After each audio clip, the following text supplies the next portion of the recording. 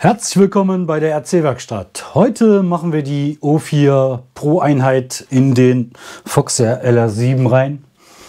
Und ich zeige euch noch einen kleinen Update zu der B35 mit der O4 Lite Einheit. Ja, ich war am 3D-Drucker dran, habe mir hier neue Seitenteile für gebastelt für den Gap RC LR10, den Pulsar 10.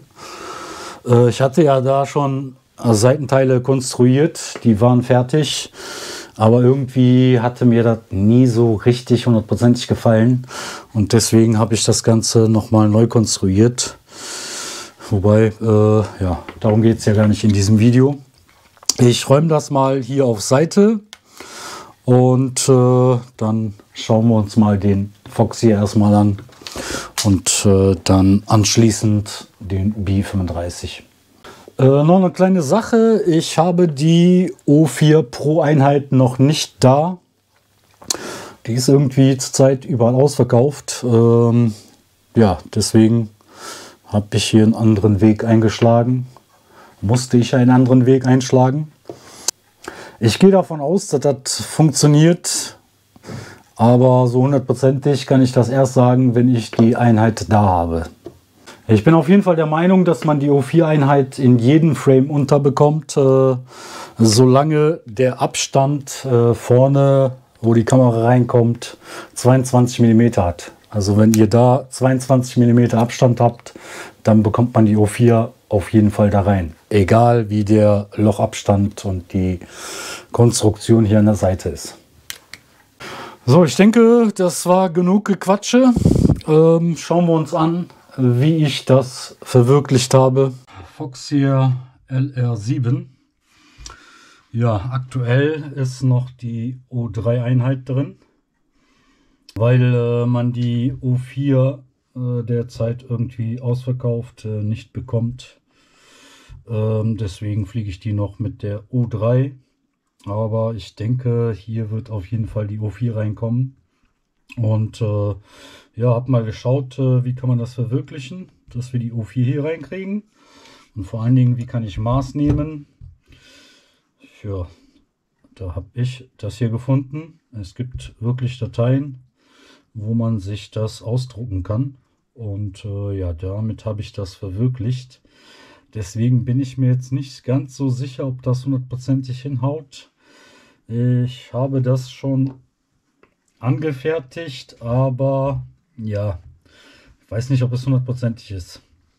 Ich werde die Dateien auf jeden Fall hochladen, aber falls ihr euch das runterladet, denkt daran, dass das noch nicht hundertprozentig fertig ist. Ja, ich werde die Datei auf jeden Fall updaten, sobald ich meine Einheit bekommen habe. Aber wenn ihr da schneller seid und euch die Datei runterladet und da gibt es irgendwelche Probleme oder das passt gut, schreibt es mir bitte dann in die Kommentare, ob es gut ist oder nicht. So, den brauchen wir eigentlich nicht. Den können wir uns auf Seite tun. Ich habe zwei Varianten gemacht.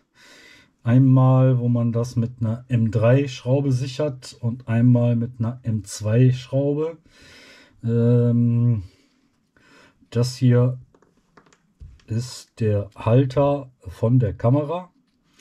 Da braucht ihr auch nicht das Kabel abzumachen. Dann kann man das so, so bevor wir das machen, hier innen drin sind Muttern drin. Ich habe jetzt so Plastikmuttern genommen. Das reicht vollkommen aus. Dann nehmen wir uns die Kamera und wir können die von hier hinten aus so reinschieben.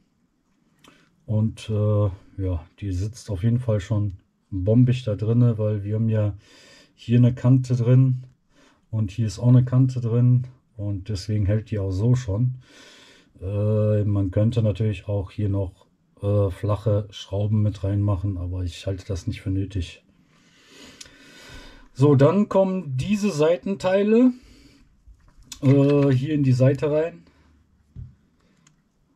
so rum, und die sitzen dann da drauf.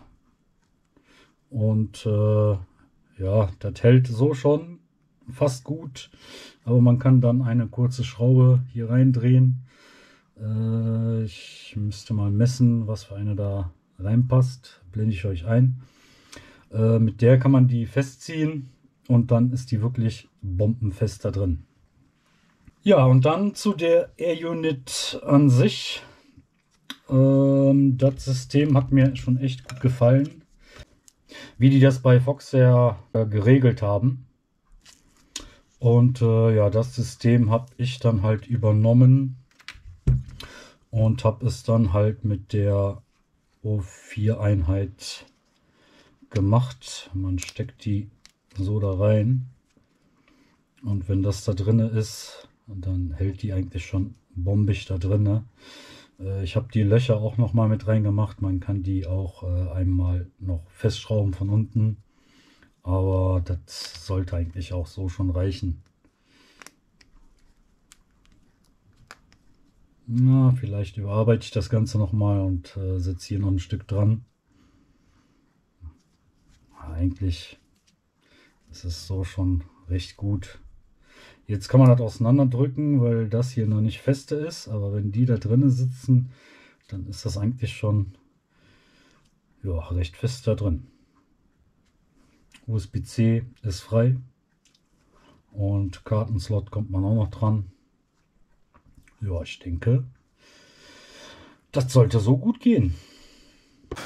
Was meint ihr? Könnte das klappen? Ich gehe davon aus. Ich hoffe, die ist jetzt mal irgendwann mal lieferbar und ja, ich kann mir die holen. Gut, dann kommen wir zu dem B35. Da gibt es noch einen kleinen Update.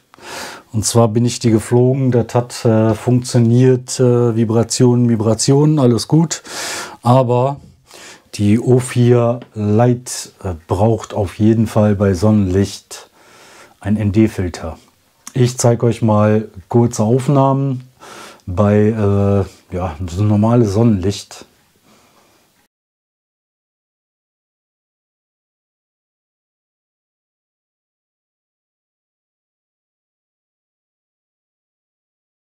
Ja, wie wir gesehen haben, die ist wirklich sehr lichtempfindlich. Also das ist schon... Mit der O3 ist das auf jeden Fall machbar, so in das gegen die Sonne zu fliegen. Da ist das nicht so stark mit den, ja, wie nennt man das, diese Reflexionen halt auf der Kamera. Aber bei der, das war extrem. Ja, deswegen habe ich das Ganze ein bisschen überarbeitet. Das ist jetzt auch noch mal ein Ticken bündiger geworden. Das ist noch ein Stück weiter nach hinten gekommen. Und ich habe hier halt die Filter von der O3 Einheit übernommen. Die bekommt man jetzt da drauf. Das ist, dadurch, dass das halt TPU ist, habe ich das bewusst ein bisschen dicker gemacht. Man muss den schon wirklich da reindrücken. Aber dann hält das auch da drinne und fliegt da nicht mal eben raus. Die ersten Versuche, wo man das einfach rein und rausstecken konnte, ja, das war halt das Problem, dass man die wieder leicht rausstecken konnte. Und deswegen habe ich das hier ein bisschen dicker gewählt. Und jetzt hat man ein bisschen Mühe, die einmal drauf zu stecken. Aber wenn die drauf ist, dann bleibt die auf jeden Fall drauf. Das hatte ich auch noch mal bearbeitet. Die sitzt jetzt auch noch mal ein Stück wackeliger da drin. Aber nur so sind die Bildaufnahmen gut, weil sonst, ja, die ist wirklich sehr empfindlich. Wenn da nicht so ein Softmount dran ist, dann hat man wirklich da Vibrationen drin. Aber so funktioniert das auf jeden Fall ziemlich gut. Wenn ihr ein Frame habt, wo ihr die O4 halt unterbekommen wollt und nicht die Möglichkeiten dazu habt, könnt ihr mich gerne anschreiben. Und wir können dann zusammen gucken, wie wir das verwirklichen können. Ja, damit ist alles gesagt. Wir sind am Ende angekommen. Ich hoffe, es war informativ und ich hoffe, wir sehen uns dann mit dem nächsten Video wieder. Bis demnächst in der RC-Werkstatt.